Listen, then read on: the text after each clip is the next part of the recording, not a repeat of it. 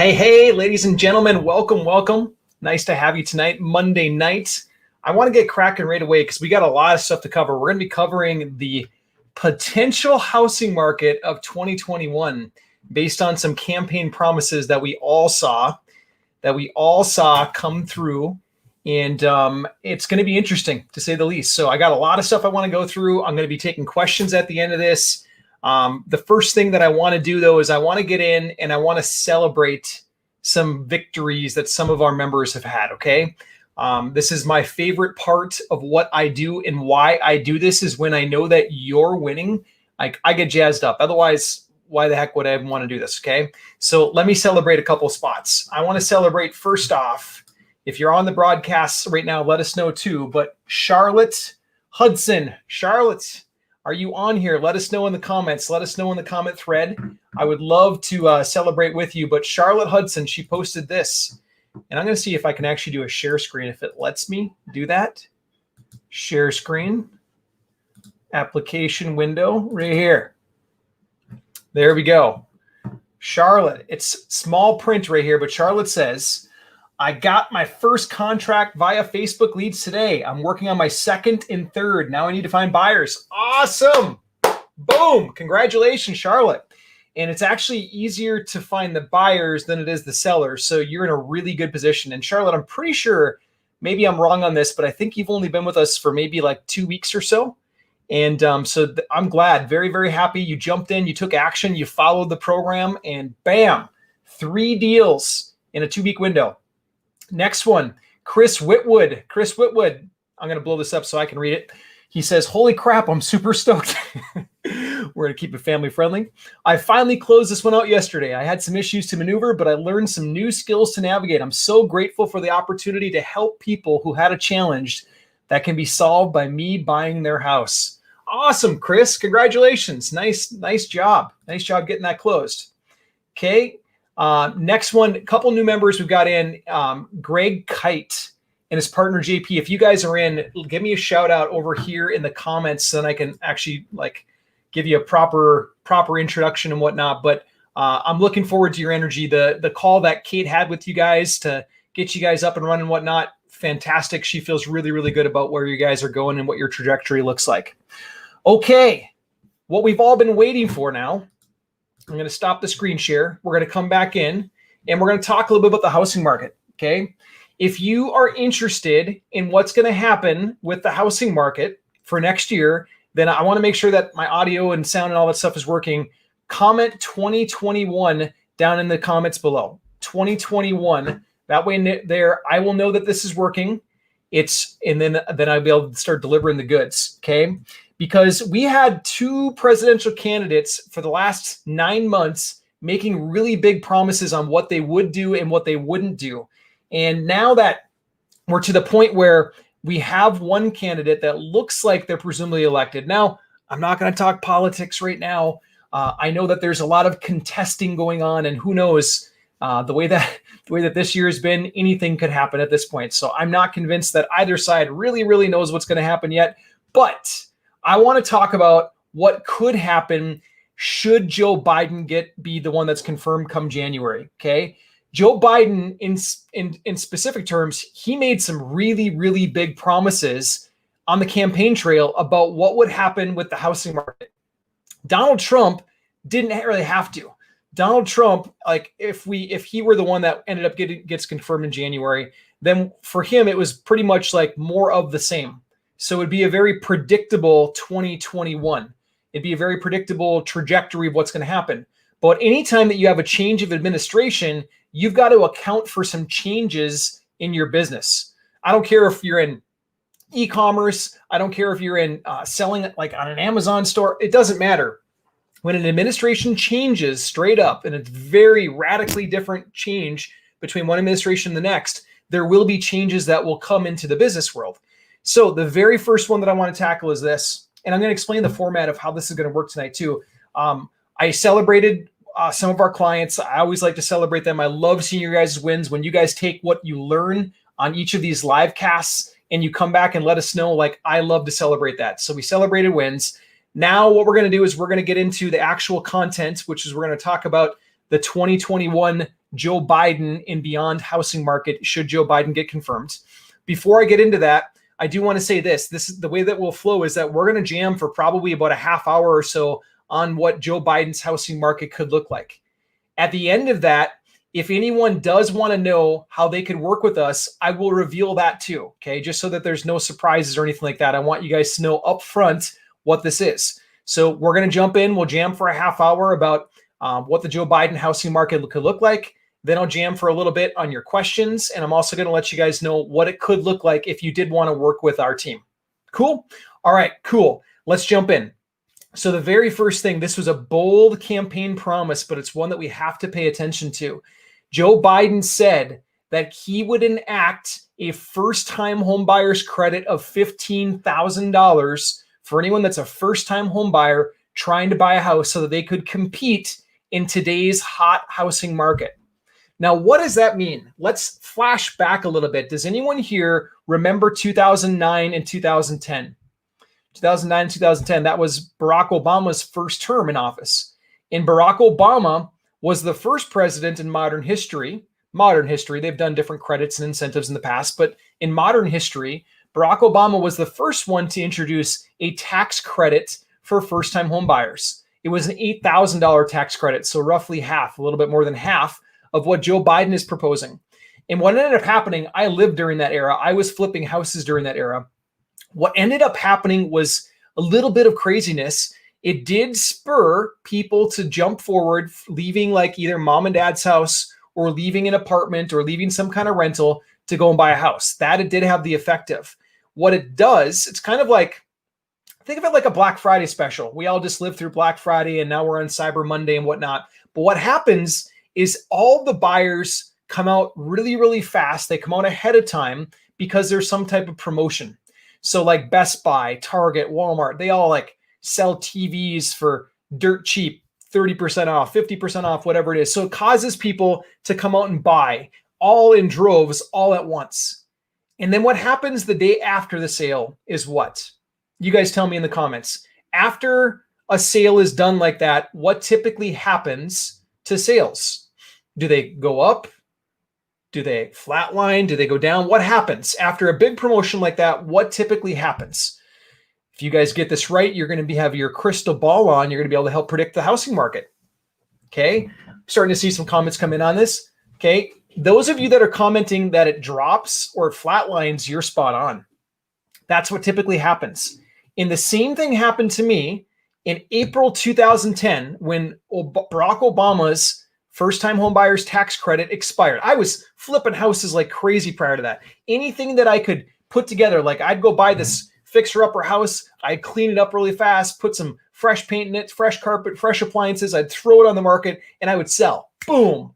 Like my days on market were so low, meaning the amount of time that I had to have it listed on the market, it didn't take very long before it sold because there were buyers out there that had this tax credit and they were eager to step into a new house, a new freshly redone house, so to speak. So flipping houses was really, really easy. And then what ended up happening when that tax credit expired, which was April 2010, I remember the day after it expired very well because my phone stopped ringing. No more showing requests, no more people that wanted to come see the properties. That next month, May, June, July, quietest months I've ever seen in the real estate business. Quietest months by far. And so what can you expect in 2021, 2022, 2023? It kind of depends on if, number one, Joe Biden is confirmed. And then number two, it depends on if he's able to get this $15,000 credit through, basically signed into law. If he's able to accomplish that, then this is what you can expect. You can forecast for it. So if it does come through, expect a surge of home buyers to step forward on the starter home market. The starter home market being stuff that's under, it depends on where you live, but typically under $400,000. If you're in a lower market than that, then under $250,000. There will be a surge of buyers buying that stuff all at once. And then all of a sudden, when the tax credit expires, sales will totally cut off. It will fall off a cliff for some period of time. That's what a stimulus is. It's designed to pull people up and forward. And then once it expires, it's like a cliff. That's the only downfall to having a stimulus. Whereas the other administration, if they were to stay, then the difference naturally would be the other administration, they focus on free market economy. So it'd be let the market do its thing. Let's not try to stimulate the market, all that kind of stuff. But we're not here to talk about that. We're here to talk about what Joe Biden's housing market would look like. Okay, so expect a surge of sales and then a cliff afterwards as soon as it cuts off. The second big one, $100 billion was promised on the campaign trail by Biden to be invested into affordable housing, either constructing new affordable housing or repairing existing affordable housing. I'm going to throw a third one in here, and this is a little bit of a curveball. No one's really talking about this right now, but it's got to be talked about, because the reality is that because of 2020, we had a really, really rough year on commercial real estate. Commercial landlords, especially office space right now, and even retail's had a big hit because of the whole pandemic. What's happened? Well, office space is at one of its lowest demands that we've ever seen. Okay. I can't go back and say exactly where it falls on the radar because this year's not done and they're still running tabulations on this stuff. But office space, we're seeing an exodus right now. Businesses have realized that they don't need to have so much office space. They don't need to have so many employees in the office. Instead, they can work from home. And a lot of employees feel better about that. So what's happening is that there's vacancies coming, and there's only more to come in 2021. And those vacancies, something needs to be done with them. So meanwhile, you've got a housing shortage for affordable housing. A smart developer, what they should be able to do with it kind of depends on how Biden's plans and policies all shake out. There's some speculation on this, but what a smart developer can do is convert office space into residential apartments. We just had a guest on the podcast a couple weeks ago, Mike Fritz, brilliant investor with multifamily. And it's exactly the plan that I just gave you. It's exactly what he's doing. He's going after office spaces right now that he can convert into multifamily housing.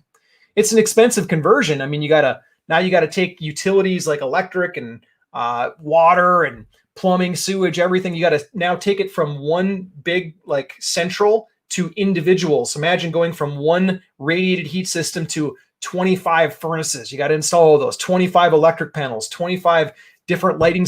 It's a large conversion, but if the dollars are there for it, it might make economic sense to do it. So with Joe Biden's $100 billion promise, his pledge that he made on the campaign trail to put into affordable housing, you might see more developers grabbing that money. Okay.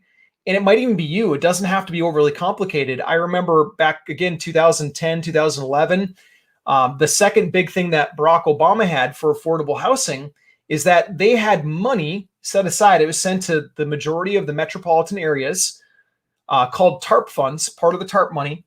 And that money went to rehabilitate affordable housing. And so what happened, I had this one guy who was buying a lot of rental houses from me. He happened to be a builder, general contractor. And he was getting rich. I mean, literally rich off of renovating these properties with getting government money for it. The government would pay him to go in and renovate these properties. And he was renovating to if it was let's just say a C-class neighborhood or a lower income neighborhood, he would renovate them to higher echelon renovation levels because that's what they wanted. It was modern day insulation, modern day furnace, high efficiency, everything, green standards, you name it. So sometimes on houses that were worth $150,000, he would do a $300,000 renovation to, all because the government was paying for it and they were lining his pockets. He was getting rich from it. So one thing that I learned from that whole process, and because I was selling him rental houses, almost a rental house every single month he would buy from me from his profits from doing these government renovations. So something that I learned from that is that if there is a big chunk of $100 billion tax dollars that's going to float around for a certain sector of the housing market, you and I as real estate investors could benefit from that. He benefited by getting his general contractor license. It didn't take much to get that. It's literally a few classes and a test, and he had his license. And then he was able to jump in and grab the contractors from his normal flips that he was doing and put them into houses and renovate them for the government. And he became very, very wealthy, multi-millionaire doing that. So for us as real estate investors, look to that sector of the market. Affordable housing will have a huge stimulus on it. Tons and tons of money will be flowing to that sector of the market. Okay. So as a real estate investor, that's a great place to grab into. Rebecca says, convert motels into affordable housing studios. Yeah, could totally work. What you really need to dig into, and this is part of what we had our guest on the podcast for a few days ago, last week sometime, is does the city, are they going to allow the conversion? Some cities are really difficult to do business with, and other cities, they let stuff go through really fast. I remember like when I did a big apartment building up in St. Cloud, Minnesota. St. Cloud, Minnesota is mostly a college town. And I had to go in and renovate a condemned apartment building. And what looked like a really easy renovation ended up costing quite a bit more time and more money because the city just like, they didn't want certain things. They wanted it a certain way, even though there was this one point, they wanted us, we had put in new tubs, and they wanted us to fire caulk all of the tubs, the surrounds, and fire caulk all of the seams, like everywhere in the whole building. And I knew that it wasn't code, and I challenged the inspector on it. And I'm like, hey, this isn't code. Like, you can't make us do this. And well, anyways, I won that battle. But what ended up happening is that then that city inspector, he didn't like that I beat him on that battle. So then he went to all of his colleague inspectors, the electrical, HVAC, fire, and he told them like, hey, give this person a hard time. So guess what? I won the battle, but I didn't win the war, because the war ended up taking a lot more time. We had to do way more things that they could call us on by code. So sometimes it depends on the municipality you're in. So if you're going to convert something, just like you said, Rebecca, make sure that it's in an area that allows the conversion, that's business friendly, that they're friendly and they're encouraging it. Okay. That would be my one piece of caution for you.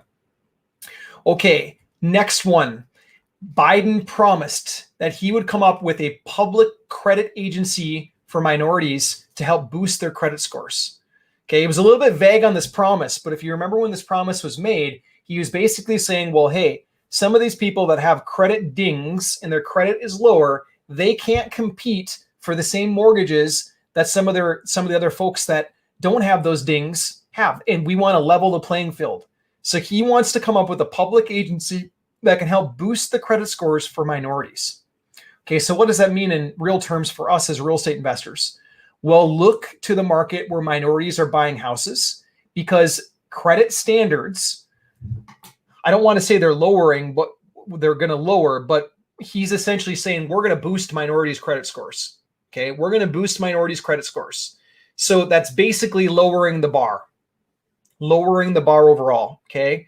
I know it's not physically lowering the bar when you're just boosting someone else, but it's essentially lowering the bar in a grander scheme of things. So what happens when you lower the bar to obtain financing is this: you make getting money much easier. Okay. I remember back in 2006, I went to Las Vegas, a friend's bachelor party, and I remember getting into the backseat of the taxi, and I was talking with the taxi driver as he was driving to my hotel. And the taxi driver was telling me how he owned all these rental houses, and he owned like 9 or 10 rental houses. And I just remember scratching my head thinking to myself, how does a taxi driver get 9 or 10 rental houses? It just doesn't make sense to me. Well, what was happening during 2006 era is that the barrier to get financing like dropped through the floor. They kept lowering it, and lenders were competing against one another to get the loans because they were trying to package up these loans as fast as they could. And real estate was exploding. And well, everyone knows what ended up happening at that. People like that taxi car driver, he ended up having rentals that didn't positively cash flow. And then when the market imploded, people like that gave them back to the bank, and they went into the foreclosure process, and it sunk the whole housing market down. Now, I'm not sitting here saying, well, hey, this thing that Joe Biden's is proposing is going to sink the whole. I'm not saying that at all. Not at all. In fact, we have a really hot housing market right now, so it would take a lot to sink it, but it's going to have a ripple effect somewhere. So what I would be doing if I were you as a real estate investor is wherever they implement lowering the bar or boosting credit scores for certain people, then know that in those areas, it's going to be easier to sell houses, because you're going to have people that are kind of like super qualified to buy property. Let's see what the details are once it actually comes out, but that's a really big one. We've never seen that from any other administration before. Not the boosting of a credit score. We've seen people lower the bar, but not the opposite. It's going to have probably a similar effect, though. The next big one, this is really interesting to me, is Biden promised that he would change the appraisal guidelines for homes in Black communities. Now, I don't know what that means yet, so I don't have all the details on it. But what he said on the campaign trail is that there are certain folks that are getting devaluation on their property that shouldn't have devaluation done just because their house is in a certain community. So he wants to change the playing field for that. I don't know what that will look like yet. So it's a little bit too early to even start to speculate. That's like totally shaking a crystal ball on it. But I'm paying attention to this one. Whatever ends up happening or whatever is rolled out with that one, if he makes good on this promise that he made, this is a totally new one. We have not seen this. Like basically taking comparable sales, he described it as when the appraiser goes out to run a valuation of a property, they would compare this property that's here to this property that's in a totally different neighborhood, and they would try to match valuations better, even when it's in a totally different neighborhood. So this could throw a whole big like curveball into everything we know about valuations. Let's see how far it gets or how far it doesn't get. But I'm really, really interested and excited to see what this looks like. I know this, whenever you have some kind of ripple that goes through, then typically on the backside, there is people that unfortunately get hurt. And then there's also people that usually win because of it. That's typically what happens. We want to be on the winning side naturally. So let's just pay attention to that one and let's see what comes down the pipeline. Okay. Now there's a couple of key things that are going to like all converge on this. Like these are great campaign promises that Joe Biden has made. To fulfill on all of them, it takes an active Congress, literally. And it's going to take supporting Senate and all that kind of stuff to get some of the stuff through. But regardless of any of this goes through or doesn't go through, there's a commonality for either administration. That's true. That's going to hit really, really hard, really, really fast. Actually, in 32 days, it's going to hit. Does anyone know what happens in 32 days? If you know what happens in 32 days, drop it in the comments. If you don't know, put a big question mark. In 32 days, what happens with the housing market? Huge, huge thing happens in the housing market in 32 days. Something to the likes that I've never seen in 14 years, doing hundreds and hundreds, and actually we've crested the 1,000 property mark now. But in doing this as long as I have, I've never seen anything like this in my life. And in 32 days, this thing comes to reality. I'm seeing a lot of question marks. I haven't seen the right answer come through yet. A lot of question marks on this one. So the government did something totally that I've never seen before in my life. They froze foreclosures during the pandemic. They did a moratorium on any government-backed loan. They said, you cannot foreclose, lender. Okay, here we go. Vadim's got it. Igor's got it. Charles got it. Okay, so we've got some people. Robert got it. Yeah. Angie's got it. Forbearance is over. Okay, so what happened? What this all means is this. During the pandemic, political powers that be, probably both sides of the aisle, they did not want to see a bunch of foreclosures coming through. So they said, you know what? We need to put a patch on this leak, at least until after the elections. I'm speculating on that being their time frame. They actually had it originally expiring August 31st, and then they all pushed it back. They agreed to push it back until December 31st this year. Well, on December 31st, that's the last day of protection in this moratorium, this freezing of foreclosures. So come January 1st, what is scheduled to happen is that anyone that's in default on a government-backed loan, which is loans that are underwritten by Fannie Mae and Freddie Mac, 90% of all mortgages that are out there, especially to first-time home buyers, are Fannie Mae and Freddie Mac. So it's the majority of home loans. January 1st, 2021, what happens is the Band-Aid comes off. Okay. Now, they could freeze it again. They could say, you know what? We just can't deal with this. There's too many of them. We need to buy another 3 months. And it could happen. But eventually, the Band-Aid's coming off. And then what happens is that the lenders, they're going to go through their books. And the lenders are going to have to make tough decisions. They're probably already making them right now, or they've already made them right now, so that they're ready for January 1st. They're going to start filing foreclosures. They're going to file foreclosures on the loans that they think have the least chance of succeeding first. So anyone that's like really tight on equity, or it's kind of a bad deal, they're going to foreclose fast because they want to get them off the books. The reason that they want to do that is because a bank in the United States of America, if a bank has bad financials, what tends to happen is that bank can be shut down by the FDIC.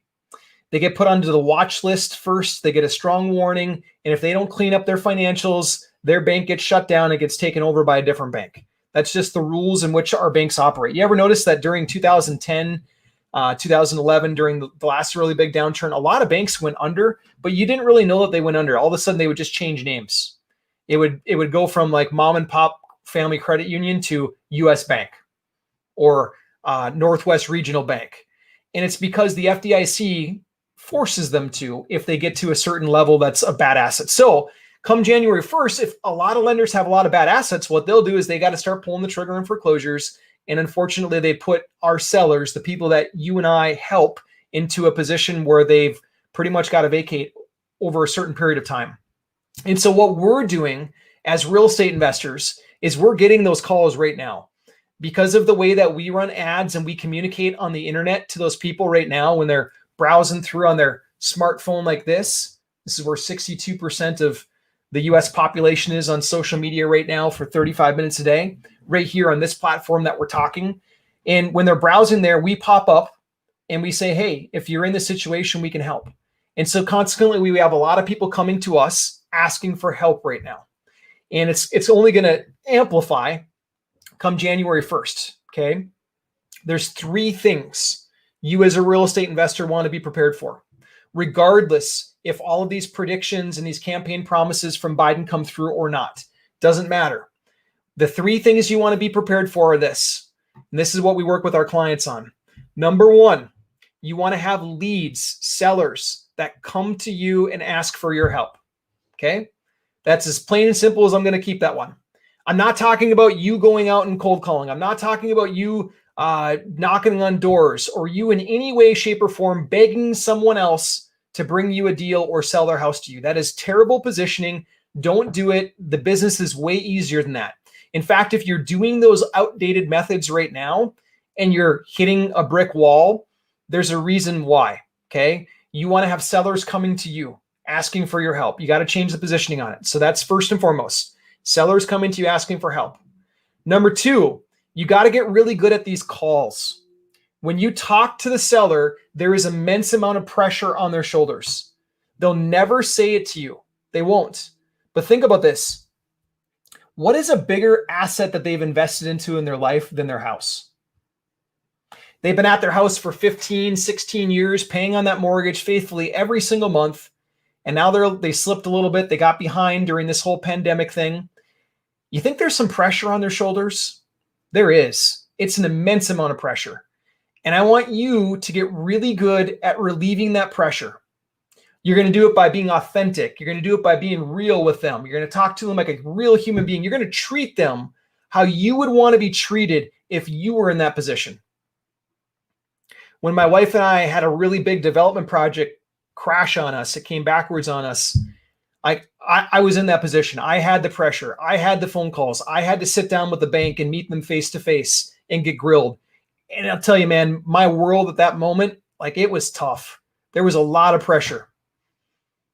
And so your sellers that are going through this, we have to be extra sensitive to them. Don't go in and deliver some lowball cash offer and zip your lips and think that that's going to work right now. Yeah, you might squeak some of them out, but that doesn't feel good. Punching somebody in the gut, which is the equivalent of a lowball cash offer, that is not the way that you're going to help these people and you're going to get deals signed. Okay? The lowball cash offer, throw that out the window right now, please. Now, I'm not saying you're never going to get a house for a good discounted price. Not at all. I get them all the time for good discounted prices.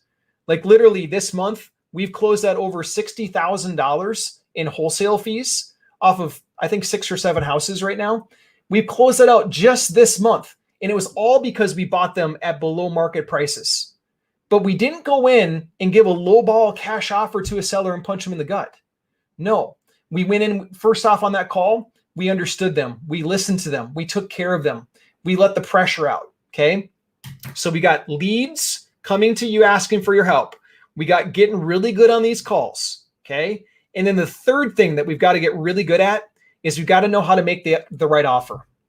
I'm not talking about the lowball cash offer. That's what someone taught me 14 years ago. And I'm embarrassed that I used it for a long time. Lowball cash offers, zip your lips. First person to talk loses, my mentor said. Well, there was an era that worked. Today, if someone wanted a lowball cash offer, they can go to Zillow Home Buyers. They can go to offerpad.com or any of the other dozen plus iBuyer websites, and they can get a lowball cash offer emailed to them. Today, people want to be treated with respect. They want you and I to come in, open book, and explain the numbers to them. I show them my profit, my projected profit. When I'm sitting down with a seller, I literally go through my 17 line item sheet and I show them what I project as my profit if I do this deal. Now, why do I do that? Well, here's why. If you don't with the seller, what ends up happening is that they assume you're going to make $1 million on their house. Yeah, they just assume it because it's a pink elephant. It's like this hidden thing that you don't talk about. And it's weird. It makes it awkward. It only adds to the pressure in the situation. Instead, let's just talk about it. Let's have a real conversation. I mean, if I were sitting down with someone that was going to buy my house, I'd want them to talk to me out loud like a real person too. I know they got to make a profit. I know you as a real estate investor has to make it. The seller is smart. They get that you're there to make a profit. Let's talk about it out loud. Let's actually make them feel comfortable. So now they can actually trust you. Now they can want to do business with you. Okay. So I don't care which administration ends up getting confirmed. If it is Biden, he gets confirmed and he rolls out all this stuff, there's still this challenge that they have to deal with come January 1st. They're called pre-foreclosures right now because they're defaulted or they're in some kind of forbearance. But when that Band-Aid comes off and the lender actually starts the foreclosure process, then they're going to turn into potentially foreclosures. Either side, we can help the seller right up until the sheriff's sale day. And in some states, we can actually help them after the auction, the sheriff's sale. We can help them in some states like Minnesota, as an example, for 6 months. They have a statutory redemption period, okay, where we can actually still buy the property even after the sheriff's sale. So it depends on where you're at. Deb is saying, I'm finding it's taking 90 to 120 days to close a deal. What are your thoughts on how this is going to impact our deals? Deb, I need a little more clarification on that. If you give me a little more context on that, then that's a long time to close a deal. Unless you're selling to finance buyers. If you're selling to finance buyers, that totally makes sense. I don't sell most of my deals to finance buyers. I sell to cash buyers. It's so easy to find cash buyers right now. Like that's the easiest part of the whole equation. It's working with sellers. That is the harder part. Having real life human conversations with them, building trust with them, building rapport with them. That's like what takes more time. It's not hard. It just takes time. With buyer side, if you get into the cash buyer world and you do the things that we teach here, it's really easy. So I'll wait till I have more context on that one. Okay. Is this stuff helping? You got to have heart when you work with sellers. If you're feeling me, if you're getting this stuff, type heart in the comments. If this stuff is sinking into you and you can feel that that's what it takes to work with a seller right now, type heart in the comments. That's what sellers want right now. They don't want a bunch of tactics. Certainly I could sit here and I could teach you, oh yeah, like there's this negotiation tactic called the end around. I could teach you that stuff, but that's not what really is going to convert deals for you. Right now it's heart. Right now people want to feel you. No different than like, I know right now this is not perfect because we're on video, but could you imagine if we're sitting in a room together having a real conversation and I'm just open book from the heart with you and I'm showing you my numbers so you can see that I am here to make a profit, but I'm being honest about it and I'm being open about it. Can you feel the difference on that? That's the difference in conversion. You know, a lot of people, they'll come to me and they'll say, well, Nate, just help me get leads. Just help me get a bunch of leads. And I used to just do that. I used to just set them up and I'd blitz them with like 30 or 40 leads and then they'd get stuck. They wouldn't know what to do and how to convert them. And it's because conversions of the past are not the same as conversions today. Today, people want to feel you. They want to know you're real. They want to know you're a real human being. They got options. We're not the only one. I mean, literally, they can go into Google and they can Google search 10 other people that do the business. But you differentiate yourself when you actually come forward with heart. You talk to them like a real human being. One of our coaches on the team, Peter, he always says that when he sits down with a seller, he treats them how he would want someone to treat his mom if his mom were alone selling a property. Picture that. If your mom were alone selling her property, how would you want someone to treat them? That's When you get that, when you get your arms around that and you implement that, watch your conversions go up. You'll, instead of getting that answer from the seller, oh, I need to think about it. Thanks so much for your offer. I'm going to think about it and I'll get back to you. Instead of getting that, you're going to get so many more people that are just going to say, how does this work? Can you explain this to me? Which means that they're interested. They want to make this happen. And those are the ones that you can actually sign with. When I met Kong over at his house, this is a property that we bought roughly 90 days ago. I sat down with him and his wife. When I walked in the door up front, like he told me he wanted retail price on the phone. He wanted retail price, and that like it just wasn't going to happen fast. Well, 43 minutes later, sat with him and his wife and met his 3 kids. 43 minutes later, we signed the contract together. We signed it for the number he wanted. I bought it at a discount, but I gave him what he wanted. And I did that because I know the different ways to buy houses. It's not just a lowball cash offer. There's actually 17 different ways to buy houses, 17 of them. And for you and I, like, we got to get really good at all 17 of them. So I'm going to open it up for questions and get some questions from you guys. Before I do that, as you guys are loading your questions, feel free to start typing them in the comments there. As you guys are typing your questions there, I'm going to answer the question earlier on what it looks like to potentially work with us. I'm going to show you guys how that would work. Is that cool with you if I show you guys how this would work? Okay, cool. Getting some yeses. All right, so how this works is that we have a 12-week program. Okay, we have a board of advisors, 6 of us real estate people, myself included, that have done hundreds and hundreds of deals. Like literally the minimum amount of deals that one of our advisors has done is 100 plus deals. I actually think it's closer to 200 for our minimum number of deals done on a person. One of our coaches has done 1,600 deals, to kind of put that in perspective. We meet 5 days a week, literally. We're doing 5 days a week on video call, kind of like this, but we can actually see you. We can talk to you. You can share your screen with us. We do it on Zoom, okay? We found that level of support is what's needed right now to help people convert deals. We're working on 3 things: generating leads that come to you asking for help, making you really, really good at your calls, and then number 3, helping you structure your offers. There's 17 different ways to structure the offers. That's true conversion right there. You got to nail all 3 pieces. If I blitz you with 50 leads tomorrow and you don't know what to say, when to say it, how to relieve the pressure, and how to make that seller feel good about you, it's worthless. You might as well not have had the 50 leads. And the same token goes, if I blitz you with 50 leads and I teach you how to do that phone call really good and it leads to the on-site appointment, but you don't know how to structure the offer, or you don't have the perfect presentation, which we outline literally right here. We give the blueprint to each of our clients. So when they're meeting with the seller, they can say, hey, Mr. Seller, Mrs. Seller, do you mind if I go through my checklist to make sure I don't miss anything? And then we go through everything line item to make sure that the seller is feeling really good. If we didn't do all of those things, then conversions don't really happen. So what we do during our 12 weeks working with you is we help you build out this amazing marketing machine that brings sellers into you that ask for your help. And then the second phase is we help you with these phone calls. We want to get you to be a converting machine, okay, in an authentic way from the heart with sellers. And then the third thing during that 12 weeks is we work on your offer structure, making sure that you know how to run numbers, run comps, deal evaluation. Any and all contracts that I have, you have. Any and all tools that I have, you have. During that 12-week period, we really, really equip you with that stuff. If that is of interest to you, then what you do is you can book a call with us. It's a 15-minute call for free, no charge here. It's not a sales call. Literally, even if you wanted to sign up with us on that 15-minute call, you can't. Period. There's no sales whatsoever. That 15-minute call you can book at socialmediawithnate.com. Socialmediawithnate.com. And I'll share my screen so you can actually see what that looks like. When you go to socialmediawithnate.com, you'll get a screen that looks like this. Okay.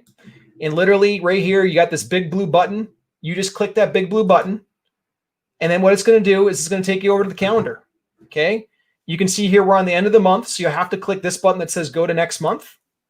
And then all the spots pop up. You can see here you can choose over the next few days all the times that are available, and you can book the call, okay? On that 15-minute call, it's either, there's 3 people that do it. I do some of them, and then I have 2 other real estate investors that help take the calls, people that interface with our team daily that really, really know and understand this business. So on that call, you can ask any question you want. You want to talk about generating leads. You want to talk about how to convert them with the 17 different ways to make offers. We'll help you. We'll take a diagnostic. We'll figure out if your business is at the right phase to actually have something like this. And at a very minimum, if we're not the right team to help you, we'll tell you that and we'll refer you somewhere else. We'll refer you to, we know pretty much everybody in this space. If you decide in that 15-minute call that you do want to talk deeper about this, then you can tell the person you're talking to, just say, hey, I'd like to talk to your team more about what it might look like for you guys to help set this whole system up for me. That doesn't happen on the first call though. The first call, just like this is a chance for you to get your questions answered. If you want to talk deeper about what it's like to actually work with us, then they'll bump you to another call. Okay. So that's that call. What I'm going to do is this. I'm going to flip over and I'm going to start taking your questions. Okay. So Michael, he says, how are numbers in DC, Maryland, North Carolina, in Virginia with sellers? So Michael, when you ask that question, I would need a little bit more context because numbers vary. We have clients in almost every single one of those markets right there. This is how Facebook in particular prices their ads. We don't just use Facebook. That's one of the platforms that we use. But we don't just use Facebook. We start with Facebook because Facebook has right now 62% of the United States population for 35 minutes a day right here, tuned in. Okay. And why is that stat important? Well, here's why. If you compare that to Fox News, ABC News, CBS News, CNN, none of them can say we have 62% of America tuned into us for 35 minutes every single day. None of them can do it. I've looked up the stats. The closest one was a study like 4 or 5 years ago. CBS said something like 30% of America at that time for 30 minutes a day.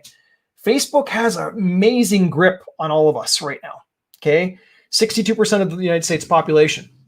So we start there. We start our journey with sellers there. It's our demographic. They are there. I promise you they are there. Okay. Once we get them there, now we can take and go to other platforms. We can do retargeting. We can show up omnipresent. We can take your lists that you've already bought from somewhere else. We can upload them into Facebook. We can create a custom audience and we can target those people through the custom audience.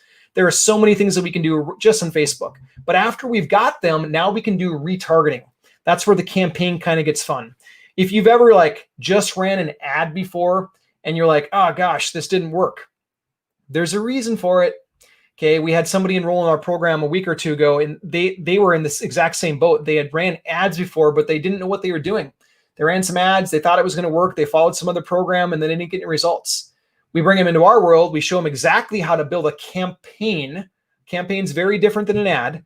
We show them how to build a campaign and they're immediately getting results. Now, what's the difference? The difference is this. When someone sees an ad is like the tip of an iceberg. That's like 10, maybe 15% of the entire equation. If you're going to have someone actually convert to work with you, you got to have the right sequence behind it. With an iceberg, you see the top like 10%, but the majority of the iceberg mass is down below the waterline. And it's the same thing with a marketing campaign. The majority of what's actually making people convert is what no one can see. The boring stuff, the techie stuff, but it's the necessary stuff. Have you ever clicked on an ad before and you notice that brand kind of chased you around the internet? Okay, that's part of retargeting. Okay, have you ever had someone put you in automatic email sequence? Probably, most of us had. Has anyone ever dropped you voicemails before? Text message sequences, things like that? That's part of a campaign. And the best part about getting a digital lead like this is that campaign can be automated. And that's what you want for your business. Automation, automation, automation, because automation equals scale. Okay, so back to your root question. Your root question was, does this work in VA, MD, Maryland, DC? Yes, it does. You're going to pay more per lead in those markets than someone would in Oklahoma City, Oklahoma, or Kansas City, Missouri, or Milwaukee, Wisconsin. Okay, but your deals, your margins on your deals are also much, much bigger. One of our students, Lee, you may have seen the broadcast with him. It's in this Facebook group somewhere, if you go through the video section. But Lee, he is in one of those expensive markets. He's in Maryland. And for him, he did his very first deal that he did with us. He clocked it in. You guys can find the post that he made, but it was somewhere over 30K on his very first deal. Now, someone that's on a wholesale deal. Now, someone that's maybe in a Midwest market making 30K on a deal, it's a lot harder. It's a lot harder to do. So yes, it costs a little bit more in ad spend, but typically your margins are much bigger in those markets. My big ad spend market is Sarasota. My ads cost so much more in Sarasota. I target this little district that's basically waterfront properties in $1 million home range. And it's so expensive to run ads. But when I get a deal in Sarasota, it is fantastic because my margins are so much bigger than a Midwest market. Okay, I hope that makes sense. But all those markets, it absolutely works really well. Facebook has people there, then it will work. That's the bottom line. Okay, next one. The comments are coming so fast that I think that I missed some, so I'm going to refresh and see if they will pop up that way because they came in fast. Terrence says, yes, that guy from Arizona. Michael says, I'm glad I joined because that's me. Awesome, Michael. Glad to have you. That's great odds on sellers and buyers. Yes, yes. I'm going to see if I click this. Wow. If I can't see your question right now, it's because the comment stream, it compiles them, but then it's not letting me see all of them. So feel free to retype your question. I'm sorry to make you have to do that, but feel free to retype your question, and then I'm going to try to tackle it right now. We got another 10 minutes or so. You guys have been awesome, by the way. I love your energy. I so appreciate it. If you've ever been on the other side of the camera before, delivering content or trying to help people, you know what it's like to be on the other end of it. You get dry mouth, nervous, all those emotions and feelings. But when you've got people like you that have this much positive energy, it makes it fun to be over here. So bless you guys, and I appreciate that energy. That's fantastic. Thank you. Thank you for that. Okay, well, the other questions came in so fast, and I'm not seeing them right now. So what we'll do is if you had a question over there, feel free. Oh, here, this one just came up. Okay. If I missed one of yours, then we'll make sure that we reach out to you during the week and try to help you with it. So Robert says, what would you change your Facebook marketing for foreclosures coming in versus the small town ads as you do now? And then I'm going to read Charles' question too. Charles is, I read a popular wholesaling book that says you should find a potential buyer for your property before ever. So let's reverse. Okay. Okay. So let me address the ads first. So there's a lot of different ways to do ads. The easiest one that's getting the best results is the one that we typically have you start with. If you want to jam more about a specific ad for you, then bring it on. Like, awesome. The thing is that you start with this. You start with the end in mind. You start with what keeps your seller awake at night. If your seller is worried about their mortgage payments, then guess what? You're going to write an ad that says, hey, if you're stressing about the moratorium on foreclosures, I wouldn't use moratorium because that's not how they would talk, but I'm giving this as a general example. If you're stressing about the foreclosure freeze ending soon, I understand completely. We've been helping sellers just like you for the last insert number of years or months or whatever it is. And that's how you get their attention. You speak to what they're thinking. You speak to what they would say to their friends or their spouse if they woke up in the middle of the night stressed about it. You speak to that. For me, one of my fortes is probate sellers. I don't know why, but I really get a knack out of helping people that are going through that process. So a lot of the ads that I write are, hey, are you tired of dealing with the probate process? Don't know what to do with mom and dad stuff. Hi, I'm Nate from Nate Buys Houses. I've been helping sellers just like you. And then I'll go into the rest of it. So that's how I get their attention. Okay. I hope that makes sense. So start with the end in mind. Start with what wakes them up at night. And anytime you got an ad that you want to shoot it through our team. We'll look at the copy. We'll try to help you with it. Cool. The other question that we had was, what do you think of wholesale franchising? I'm not a huge fan, Melanie, of franchises. I'm not going to bash them at all because I believe that they provide good structure if you're willing to pay a very big premium to have that structure up front and then a piece of your business forever. That's kind of the con of it.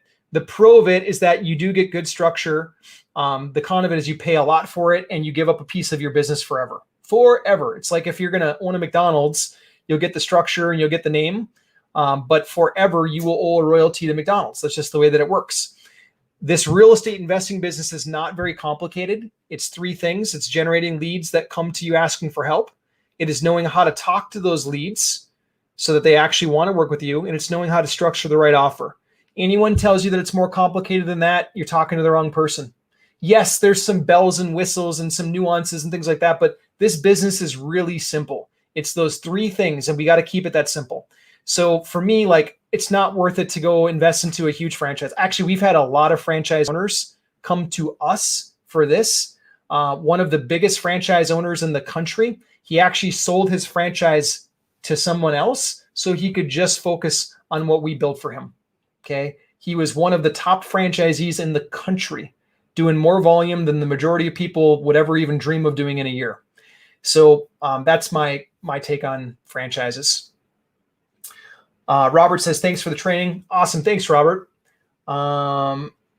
Next one from JP. So Nate, should we retarget a list of leads we generated from LeGrand's program since we were just in the beginning? Yeah, JP, if you've got a list already ready to go, you can upload it as a custom audience. It has to have a certain number of people and it has to have some certain criteria. Like Facebook doesn't like just addresses, because think about it. When you signed up for Facebook, did you give Facebook your address? Most people didn't. Some people did, but they just don't have a lot of address matches. What they really love are cell phone numbers and email addresses. So what I find with most people that buy lists is they buy the addresses, but they don't necessarily buy the emails or the phone numbers.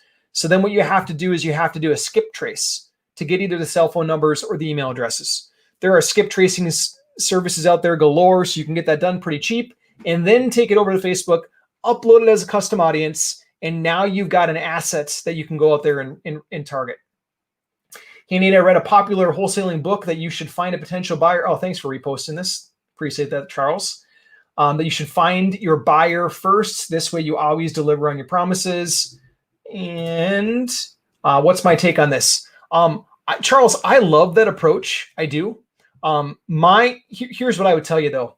You don't have to necessarily wait if you know what your buyers are looking for. What I would encourage you to do is this. I would encourage you to run ads to get buyers to you. Have 5 to 10 buyers hungry, waiting for you to send them properties. How to do that? Really, really easy. There's so many buyers out there that want properties right now. You're probably just missing the ad and what to say to them. Okay. We can help you with that part. Okay. But run that ad, get 5+ buyers coming to you so that they're hungry and waiting. Now, when you're talking to sellers, it makes your job so much easier. It takes the pressure off your shoulders because you know you have 5 to 10 buyers already waiting for a property. And when we interview the buyer, by the way, like we ask them, like, how many bedrooms do you want? How many baths? How many neighborhoods? We get all that detail on the front side. So then when we're sitting down with the seller, we already know all we're doing is playing matchmaker. It's kind of like playing, if you ever played that game, Secret Santa during Christmas, like you get someone's name and you go to go buy a gift for them. Well, we're delivering gifts to our buyers. There is no better gift for a buyer than a property in a neighborhood that they want for a price that they would buy at.